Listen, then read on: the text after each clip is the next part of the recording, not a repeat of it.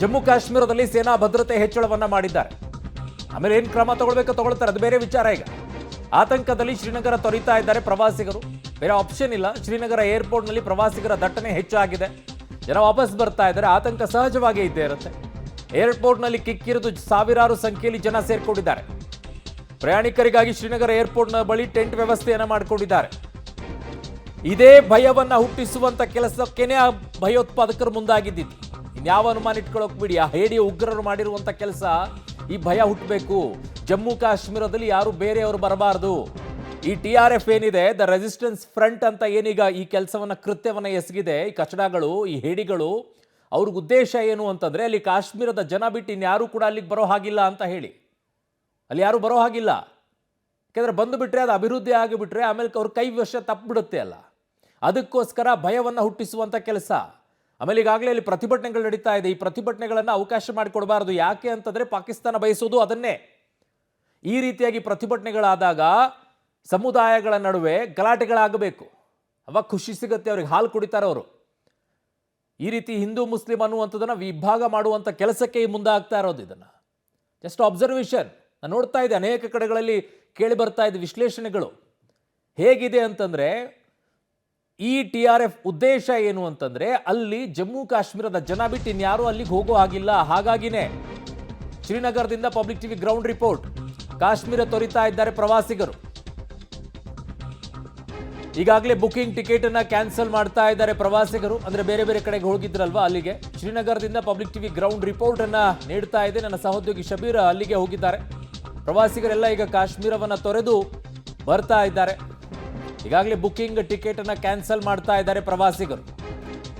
ಆಮೇಲೆ ಇದು ಶ್ರೀನಗರದಲ್ಲಿ ಆಗಿರುವಂತ ಘಟನೆ ಅಲ್ಲ.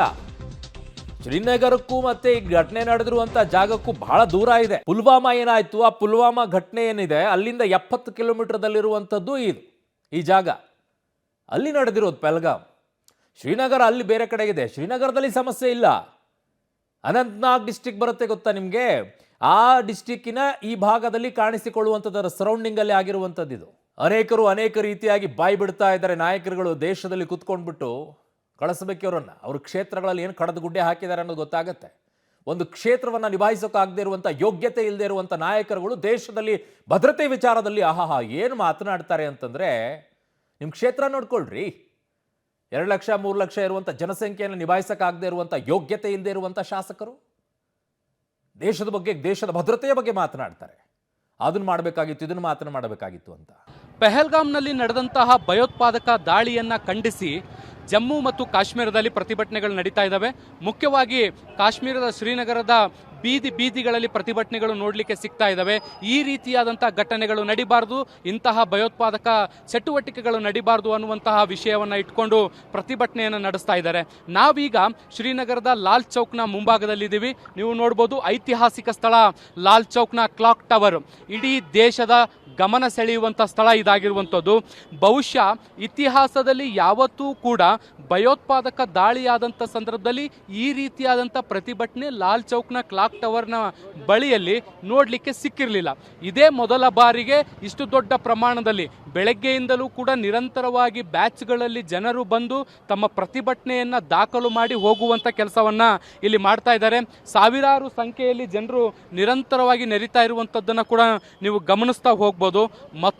ಒಂದು ಕಡೆ ಪ್ರತಿಭಟನೆಗಳು ಈ ಲಾಲ್ ಚೌಕ್ನ ಮುಂಭಾಗದಲ್ಲಿ ನಡೀತಾ ಇದ್ರೆ, ಮತ್ತೊಂದು ಕಡೆ ಇವತ್ತು ಶ್ರೀನಗರ್ ಬಂದ್ಗೆ ಕರೆಯನ್ನ ಕೊಡಲಾಗಿದೆ. ನೀವು ಇಲ್ಲಿ ಅಂಗಡಿ ಮುಂಗಟ್ಟುಗಳನ್ನೆಲ್ಲವನ್ನ ಕೂಡ ಗಮನಿಸ್ತಾ ಹೋಗಬಹುದು. ಇಡೀ ಎಲ್ಲ ಮಾರ್ಕೆಟ್ ಸ್ತಬ್ಧವಾಗಿ ಹೋಗಿರುವಂಥದ್ದು. ಅಂಗಡಿ ಮುಂಗಟ್ಟುಗಳನ್ನು ಬಂದ್ ಮಾಡೋ ಮೂಲಕ ಇವತ್ತಿನ ಬಂದ್ಗೆ ಮತ್ತೆ ನಡೆಯುತ್ತಿರುವಂತಹ ಪ್ರತಿಭಟನೆಗಳಿಗೆ ಬೆಂಬಲವನ್ನು ಸೂಚಿಸುವಂತ ಕೆಲಸವನ್ನ ಇಲ್ಲಿಯ ಕಾಶ್ಮೀರಿಗರು ಮಾಡ್ತಾ ಇದ್ದಾರೆ. ಯಾಕೆ ಅಂದ್ರೆ ಇಡೀ ಕಾಶ್ಮೀರ ನಿರ್ಭರ ಆಗಿರುವಂಥದ್ದು ಟೂರಿಸಂ ಮೇಲೆ. ಇವತ್ತು ಟೂರಿಸ್ಟ್ಗಳನ್ನೇ ಟಾರ್ಗೆಟ್ ಅನ್ನಾಗಿ ಮಾಡಿ ದಾಳಿಯನ್ನ ಮಾಡಿರುವಂಥದ್ದು ಇದೆಯಲ್ಲ, ಅದು ಯಾರಿಗೂ ಕೂಡ ಅರಗಿಸ್ಕೊಳ್ಳಿಕ್ಕೆ ಸಾಧ್ಯ ಆಗದಂತಹ ಸನ್ನಿವೇಶಗಳು ಇಲ್ಲಿ ನಿರ್ಮಾಣ ಆಗಿರುವಂಥದ್ದು. ಮುಂದೆಯೂ ಕೂಡ ಇದೇ ರೀತಿಯಾದಂತಹ ದಾಳಿಗಳಾದ್ರೆ ಬಹುಶಃ ಜಮ್ಮು ಕಾಶ್ಮೀರ ತನ್ನ ಅಸ್ತಿತ್ವವನ್ನು ಕಳೆದುಕೊಳ್ಬಹುದು, ಅಥವಾ ತನ್ನ ಟೂರಿಸಂನಿಂದ ಏನು ಬದುಕನ್ನು ಕಟ್ಕೊಳ್ತಿದ್ದಾರೆ ಇಲ್ಲಿ ಲಕ್ಷಾಂತರ ಜನರು, ಅವರ ಬದುಕು ಬೀದಿಗೆ ಬರ್ಬೋದು. ಹೀಗಾಗಿ ಇಂತಹ ಘಟನೆಗಳನ್ನ ವಿರೋಧಿಸುವ, ಖಂಡಿಸುವಂತ ಕೆಲಸವನ್ನ ಮಾಡಲಾಗ್ತಾ ಇದೆ. ಅದರಲ್ಲೂ ಕೂಡ ಎಲ್ಲೋ ಗೊತ್ತು ಗುರಿ ಇಲ್ಲದೆ ಬಂದು ಪ್ರವಾಸಕ್ಕೆ ಅಂತ ಬಂದ ಜನರನ್ನ ಭಯೋತ್ಪಾದಕರು ಟಾರ್ಗೆಟ್ ಮಾಡುವಂಥದ್ದು ಇದೆಯಲ್ಲ ಅದು ಪ್ರವಾಸೋದ್ಯಮವನ್ನು ಹೊರತುಪಡಿಸಿ ಒಂದು ಮಾನವೀಯತೆಯ ಮೌಲ್ಯಗಳನ್ನು ಇಟ್ಕೊಂಡು ಇಲ್ಲಿಯ ಜನರು ಪ್ರತಿಭಟನೆಯನ್ನು ನಡೆಸ್ತಿದ್ದೀವಿ ಅನ್ನುವಂಥ ನಿಟ್ಟಿನಲ್ಲಿ ಹೇಳ್ತಾ ಇರುವಂಥದ್ದು. ಎಲ್ಲೆಲ್ಲೂ ಕೂಡ ಪೊಲೀಸರ ಸರ್ಪಗಾವಲು ನೋಡಲಿಕ್ಕೆ ಸಿಗ್ತಾ ಇದೆ. ನೀವು ಆ ಭಾಗದಲ್ಲೂ ಕೂಡ ಗಮನಿಸ್ಬೋದು. ಎಲ್ಲ ಅಂಗಡಿ ಮುಂಗಟ್ಟುಗಳು, ಬಹುಶಃ ನೀವು ಕೂಡ ಆಗಾಗ್ಗೆ ಟಿವಿಗಳಲ್ಲಿ ಲಾಲ್ ಚೌಕ್ನ ಮುಂಭಾಗದ ದೃಶ್ಯಗಳನ್ನು ಗಮನಿಸಿರ್ತೀರಿ.